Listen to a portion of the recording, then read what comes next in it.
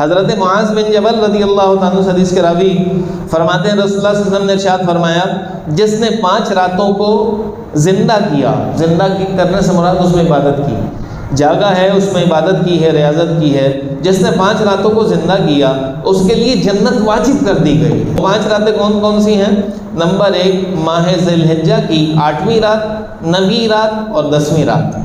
ماہ ذی الحجہ کی 8ویں رات، 7 تاریخ گزارنے کے بعد جو 8ویں شب ہوگی وہ 8ویں رات، 9ویں رات اور 10ویں رات، اور 10ویں کے دن جو ہوگا وہ یوم نہر ہوگا۔ تو اس طرح سے یہ 3 راتیں عبادت میں گزار لی جائیں۔